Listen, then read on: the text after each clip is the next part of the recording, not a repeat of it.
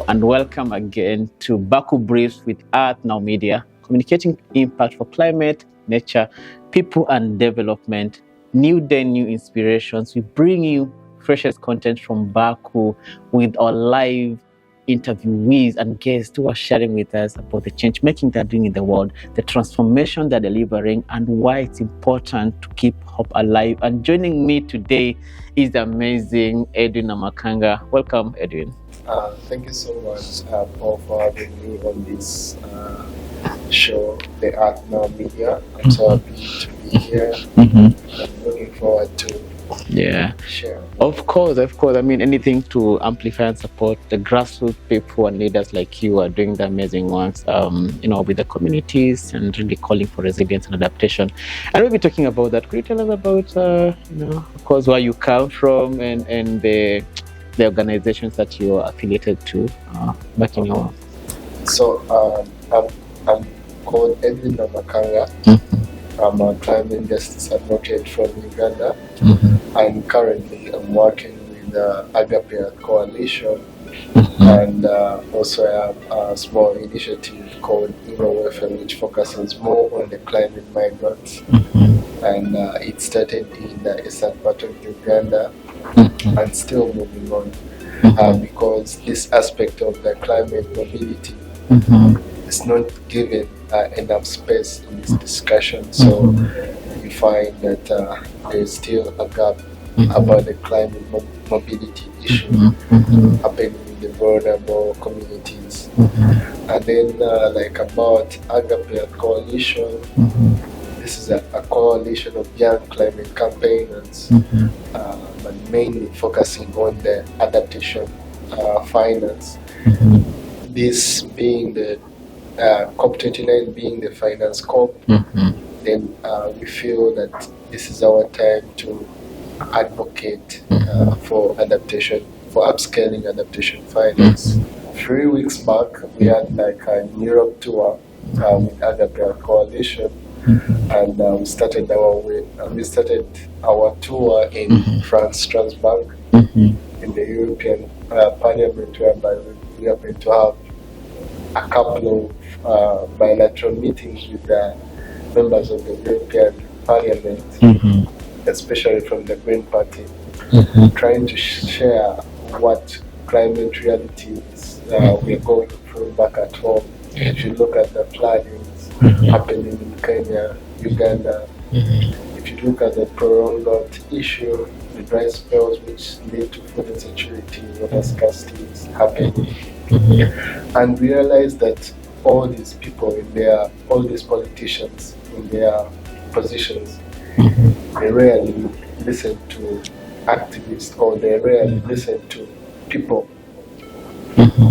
from these vulnerable communities.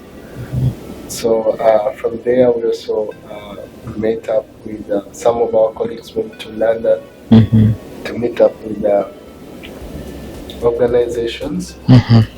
And then these organizations, they were also trying to network and also build that resilience in terms of preaching the message of adaptation finance.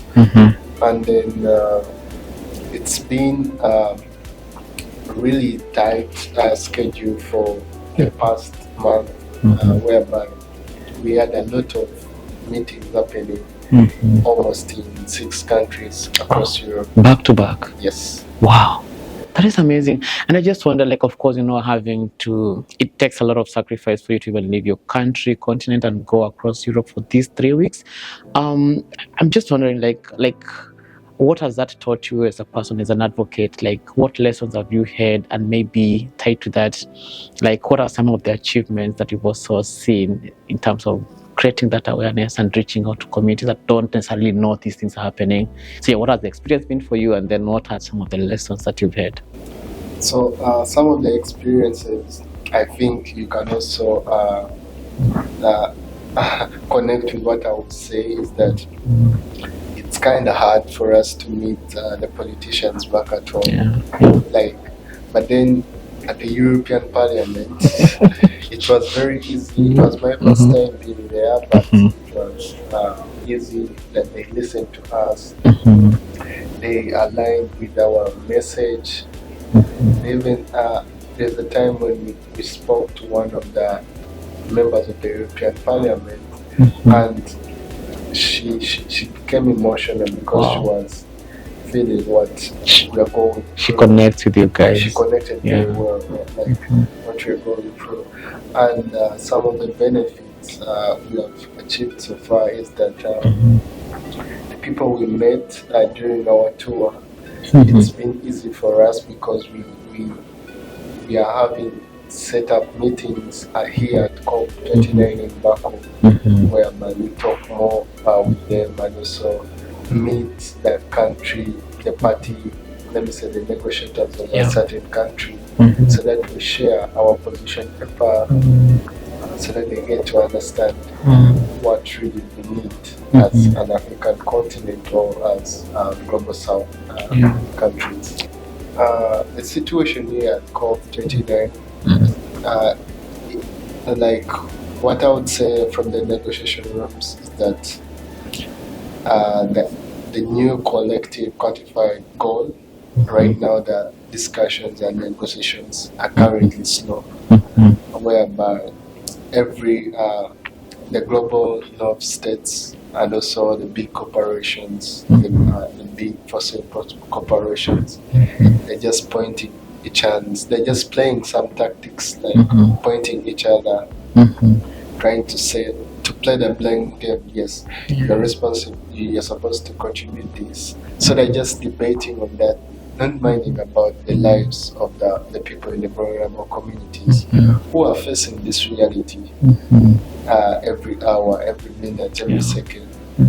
But and then you find that what's happening in the negotiation rooms, they're trying to slow everything and then just push it to the next COP or to push it to the next SPs happening, and which is not crucial.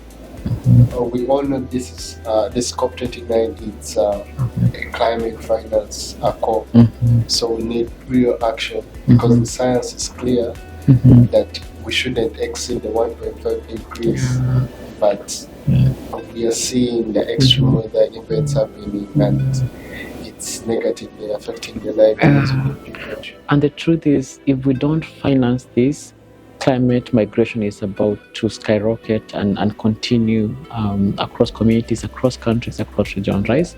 And it begs the question, like in your experience, Edwin, how are you seeing the resourcing? Like, are people moving towards supporting such initiatives like yours? Are you getting the resources that you need to do the works you're doing? And if not, what challenges are you facing that maybe needs to be mitigated?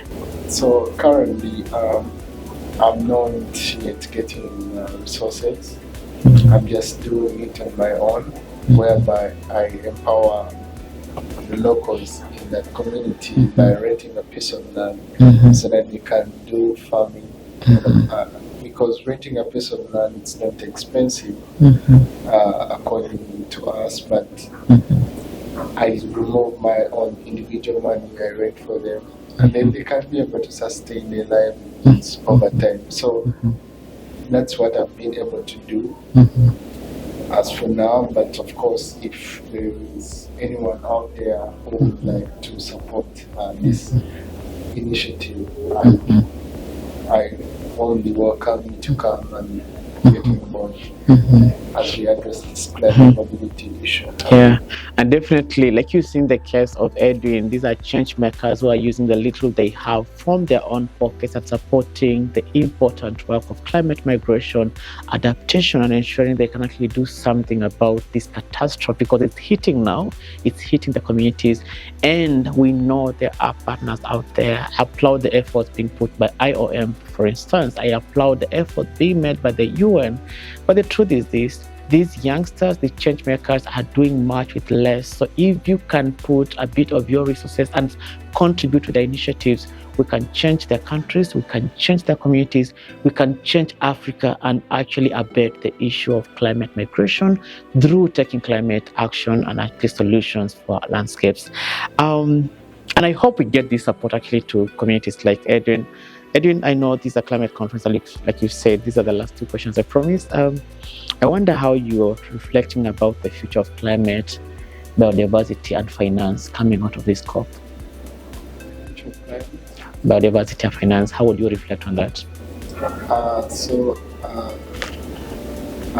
The science is clear that the 1.5 degrees is spinning out of reach right now.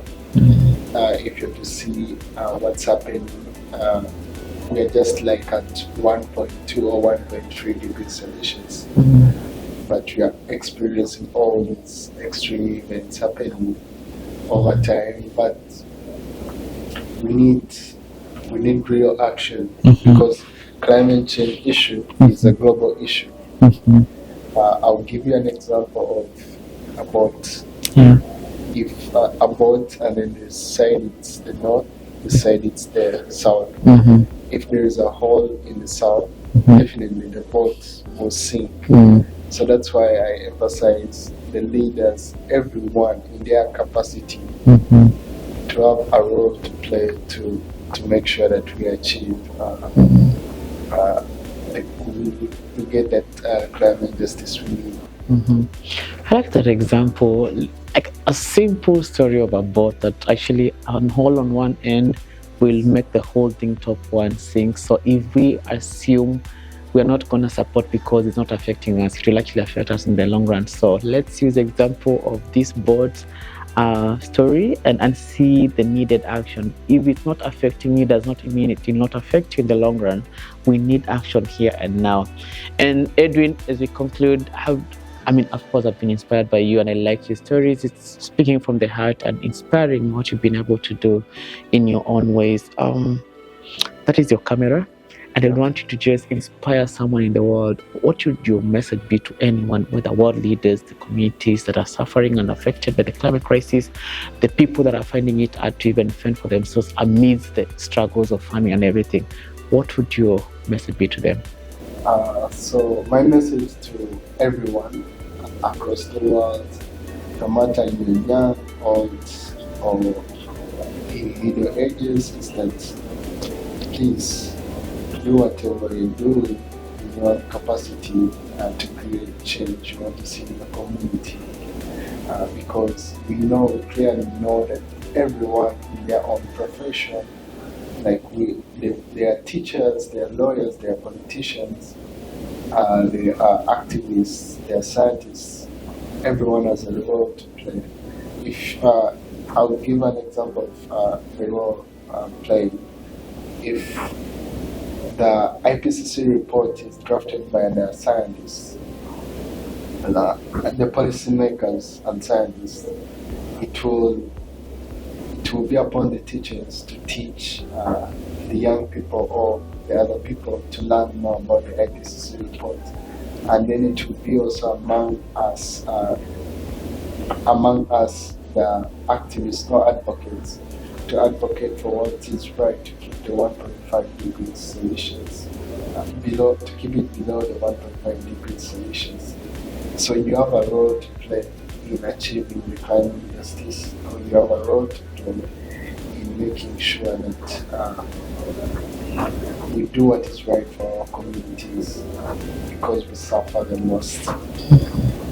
Well, we each have a role to play, and your little role can make a big difference. Thank you so much, Edwin. Really inspiring to have you on the stage. And I've been your host, Kaluki Paul Mutuku, with Earth Now Media, communicating impact for nature, climate, people, and development. Stay put, stay tuned, and follow along as we bring freshest content about the change makers' perspectives in their own words and hearing what they're doing in their communities and how we can be a part of these solutions. Until next time, it's been a wonderful pleasure. Thank you so much. Impact.